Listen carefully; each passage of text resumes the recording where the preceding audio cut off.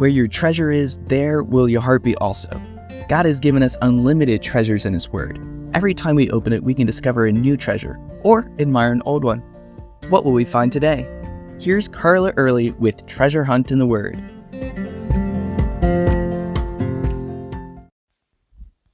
I read somewhere that the part of the island of Malta where Paul's ship ran aground is called St. Paul's Bay. So I looked it up. Sure enough, they have St. Paul's Bay, St. Paul's Islands, multiple St. Paul statues, St. Paul's Bakery, St. Paul's Waterfront, Paul's Bistro, St. Paul's Street. I also read that 95% of Malta today considers themselves Christians. God prepared the hearts of the people of Malta for Paul's trip there, and the Lord got him there, though that's not where he planned to go for sure. He began as a prisoner on the ship headed for Rome when it ran into a storm. They had planned to spend the winter in the part of Phoenix, but God had other plans. He wanted the island of Malta to hear the gospel, so he arranged for the ship to run aground at Malta. As the dripping sailors, soldiers, and prisoners slogged ashore, they met friendly natives who started a fire for them. As Paul helped gather sticks for the fire, a venomous snake bit him. Now you can imagine the natives gasping, taking a step back to watch the drama play out. Knowing that Paul was a prisoner from the ship, they immediately thought, "No doubt this man is a murderer, whom, though he has escaped the sea, yet justice does not allow to live." And they all settled around the fire watching him, sure that he would keel over dead. But he didn't. So then they decided he must be a god. Now this had happened to Paul before in Acts 14, only in reverse. He'd healed someone, and the people thought he and Barnabas were gods. The next thing they knew, they were being stoned outside the city.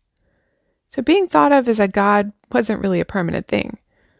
I'm sure Paul corrected their misperception of him and told them the gospel. He probably said something like, "I'm not a god, but I'm a representative of the one true God who loves you and shipwrecked us here just so we could tell you what He's done for you." God always has a bigger purpose for trials. We might look at this story and think, first a shipwreck, then a snake bite. How could this day get any worse? But what the enemy meant for evil, God turned to good. So when trials hit us, we can look expectantly and see what God is going to do with them.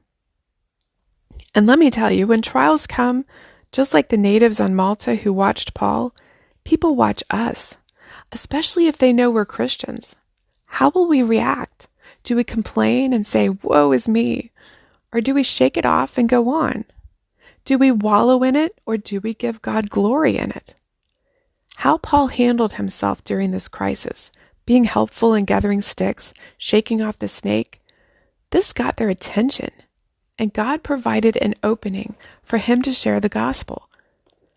God's purpose for the snakebite was to help Paul gain their trust, elevate him in their eyes, so that he could have a platform to tell them about Jesus. If you thought of trials in that context, how could you glorify God by what you're going through right now? You can contact us at treasurehuntintheword@gmail.com. We'd love to hear the treasures God has given you through His Word. You can listen to other episodes on our website, which you can find in the description below. Thank you for listening, and remember, where your treasure is, there will your heart be also.